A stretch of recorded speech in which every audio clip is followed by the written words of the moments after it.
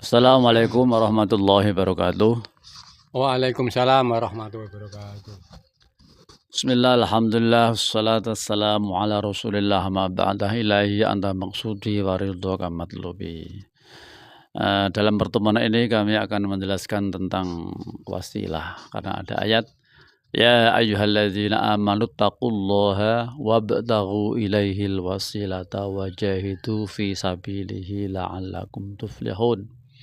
Wahai orang-orang yang beriman, takutlah kamu kepada Allah dan carilah wasilah dan bersungguh-sungguhlah dalam menempuh jalan wasilah itu supaya kamu menjadi orang yang beruntung. Wasilah yang dimaksud dalam ayat ini saya terangkan dulu ya. Arti wasilah. Wasilah itu secara umum itu bisa diartikan secara umum wasilah itu ya. Wasilah itu bisa diartikan secara umum. Apapun yang kau anggap bisa, alat itu bisa menyampaikan pada tujuanmu, itu wasilah. Menyambungkan. Ya. Secara umum wasilah adalah apapun sesuatu yang bisa kau jangkau dengan alat itu namanya wasilah secara umum. Ya, begitu.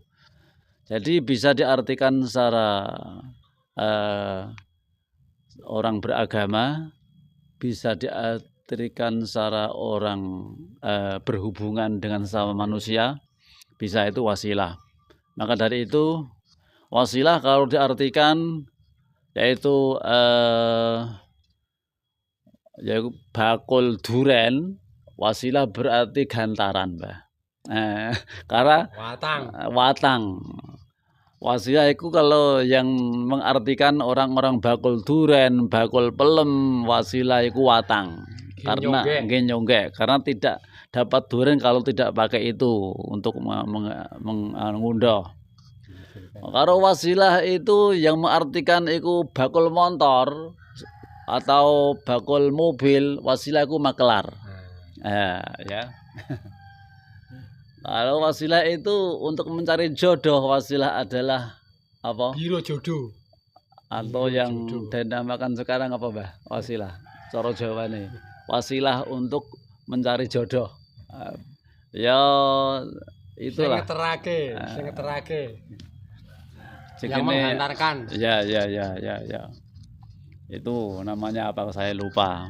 Biro jodoh juga bisa. Wasilah. Tapi dalam beragama itu berlevel-level karena ada mal islamu wa mal imanu wa mal ihsan.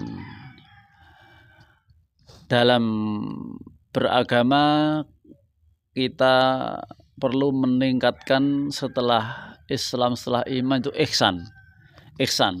Maka ada level-level dalam menurut pandangan orang-orang ahli tasawuf, ahli tarekat ini, level syariat, tarekat, hakikat dan ma'rifat itu sudah tidak asing lagi dalam pandangan orang-orang ahli tasawuf, kecuali orang-orang Wahabi Salafi memang tidak percaya dengan level-level itu. Level syariat, level tarekat, hakikat dan ma'rifat. Tidak percaya tentang itu karena agamanya itu sudah tidak ada ruhnya. Karena Islam itu harus secara kafah, zahiran wa batinan, jasmanian wa ruhanian. Itu. Maka dari itu dalam mengartikan tentang wasilah dalam ayat tadi, orang-orang yang hanya berhenti dalam syariat saja memahami, dia hanya memacu pada tafsir saja, maka wasilah diartikan adalah amal soleh. Ada begitu, Pak. Wasilah diartikan amal soleh atau ibadah-ibadah yang formal, yang mahdhah, seperti sholat, puasa, haji dan zakat dan haji. Itu wasilah menurut orang-orang ahli syariat. Tapi bisa dibantah karena apa? Yang namanya wasilah itu alat untuk mendekat diri kepada Allah. Dia menganggap itu untuk mendekatkan diri kepada Allah. Tapi kenapa kok ada sholat yang malah tidak diterima, malah mendapat neraka wel? Fawailul lil musallina alladzina hum an sholatihim sahun. Itu ibadah sholat syariat yang tidak ada sambungannya, yang lalai, malah tidak mendekatkan diri kepada Allah, malah menjauhkan diri kepada Allah, malah mendapatkan neraka wel karena tidak ada isinya. Begitu juga puasa, ada puasa kamin shaimin laisa min samihi ilal ju' wal atos. Banyak orang menjalankan puasa tapi tidak dapat apa-apa, dapatnya adalah lapar dan dahaga. Karena apa? Tidak bisa menahan diri. Karena intinya puasa adalah menahan dari hawa nafsu dan diri. Itu orang-orang ahli syariat yang berhenti dalam syariat saja mengartikan bahwa wasilah adalah ibadah. Ibadah, wasilah adalah ibadah. Mahdhoh atau ghairu mahdhoh itu diartikan sebagai wasilah.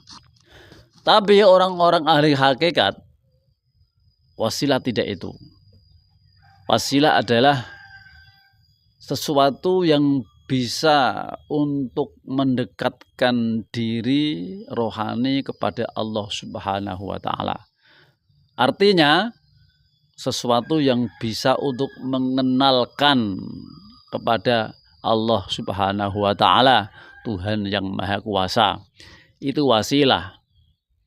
Maka di sini diartikan wasilah adalah guru rohani atau guru mursyid yang tidak manusianya tapi isinya nurnya. Yang dimaksud itu nurnya. Karena ada hadis kun ma'allah fa illam takun ma'allah kun ma'aman ma'allah fa innahu yusilika ilallah. Kamu selalu bersatu, selalu beserta dengan Allah. Kalau belum bisa beserta dengan Allah, besertalah dengan orang yang sudah bisa beserta dengan Allah, maka akan menemukan, mengenalkanmu kepada Allah Subhanahu wa Ta'ala. Jadi menurut orang-orang hakikat yang dihantarkan dengan syariatnya hakikat, yaitu tarekat, wasilah adalah mursyid. Sebagaimana banyak para mursyid menerangkan tentang itu. Karena tidak mungkin bisa mengenal Tuhan yang Maha Kuasa dengan sendirinya. Ngoten, Mbah?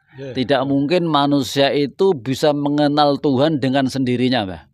Betul ya? Tidak, kalau tidak mendapat bimbingan guru mursyid tidak akan bisa. Harus tahu jalannya, harus ada yang menunjukkan jalannya untuk mengenalkan diri kepada Allah. Itulah pentingnya mempunyai guru rohani. Wajib mempunyai guru mursyid, itu wajib. Itu menurut pandangan orang-orang ahli hakikat, ahli tarekat.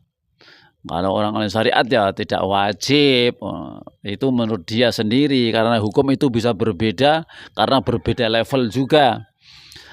Karena itu, maka dari itu kita wajib mencari wasilah yang untuk bisa mendekatkan rohani kita, diri kita, mengenalkan kepada Allah Subhanahu wa Ta'ala.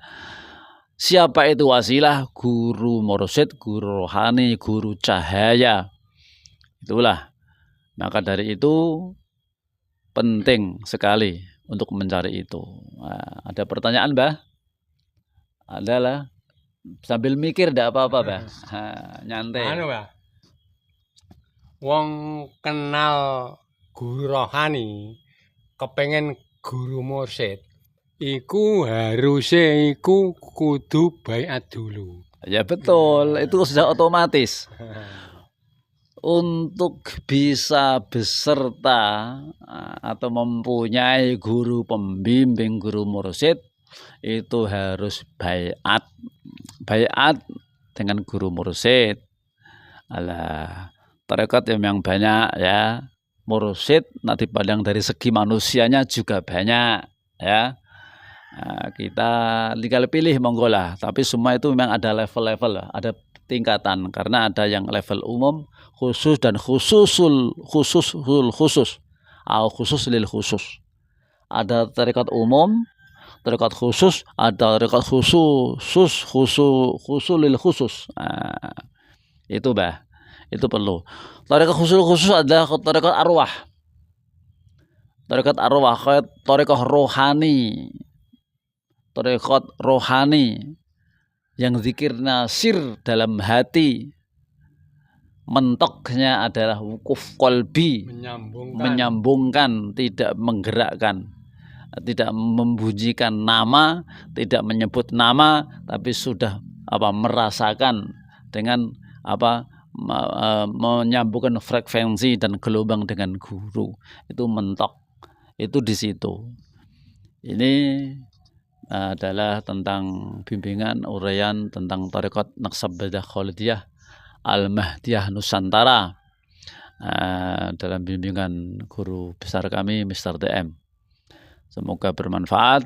Ilaihi anta maksudi wa ridhoka matlubi. Wassalamualaikum warahmatullahi wabarakatuh. Waalaikumsalam warahmatullahi wabarakatuh.